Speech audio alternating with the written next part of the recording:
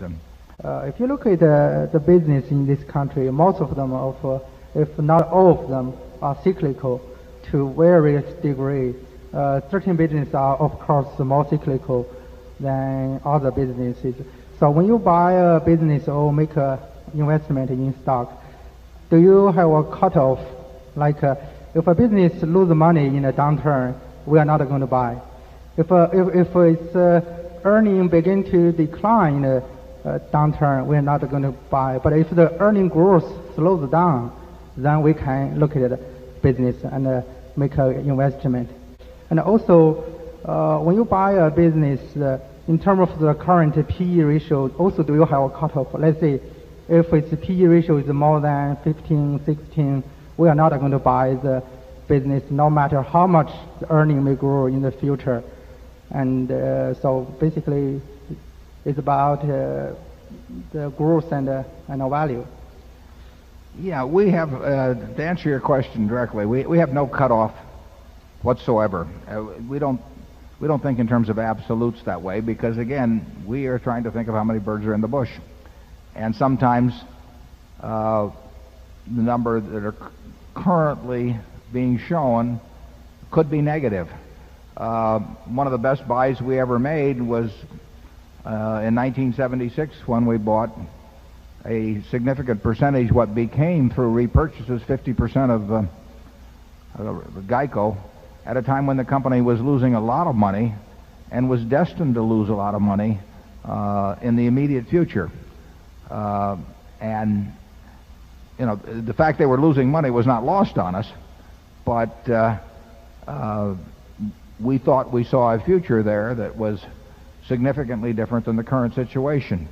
So it would not bother us in the least to buy into a business that currently was losing money for some reason that we understood and where we thought that the future was going to be significantly different. Similarly, if a business is making some money, there's no PE ratio that we have in mind as being a cutoff point at all. There are businesses, I mean, you could have some business making a sliver of money on which you would pay a very, very high PE ratio. But it's basically, we look at all of these as businesses.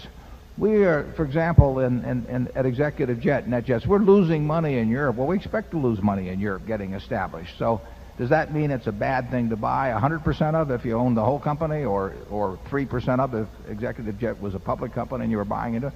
No, I mean, there are all kinds of decisions that involve the future looking different in some important way than the present. Most of our decisions relate to things where we expect the future not to change much. But you get this, well, American Express was a good example. And when we bought it in 1964, a fellow named Tino DeAngelis had caused them incredible trouble. You know, it was one of those decisions that looked for a time as if it could break the company. So we knew if you had been charging for what Tino had stolen from the company against the income account that year or the legal costs that were going to be attached to it, you were looking at a significant loss.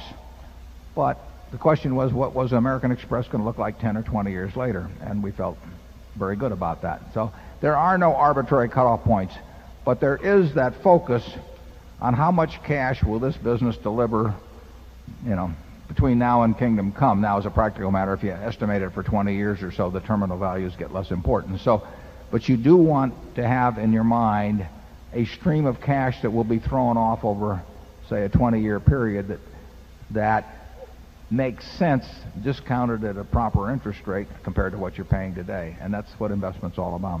Charlie? Yeah, the answer is almost the exact reverse of what you were pointing toward.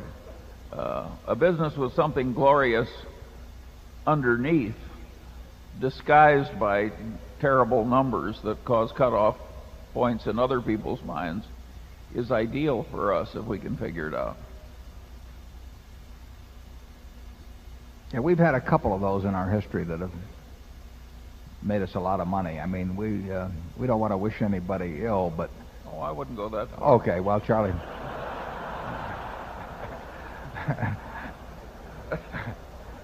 I think he's speaking for both of us.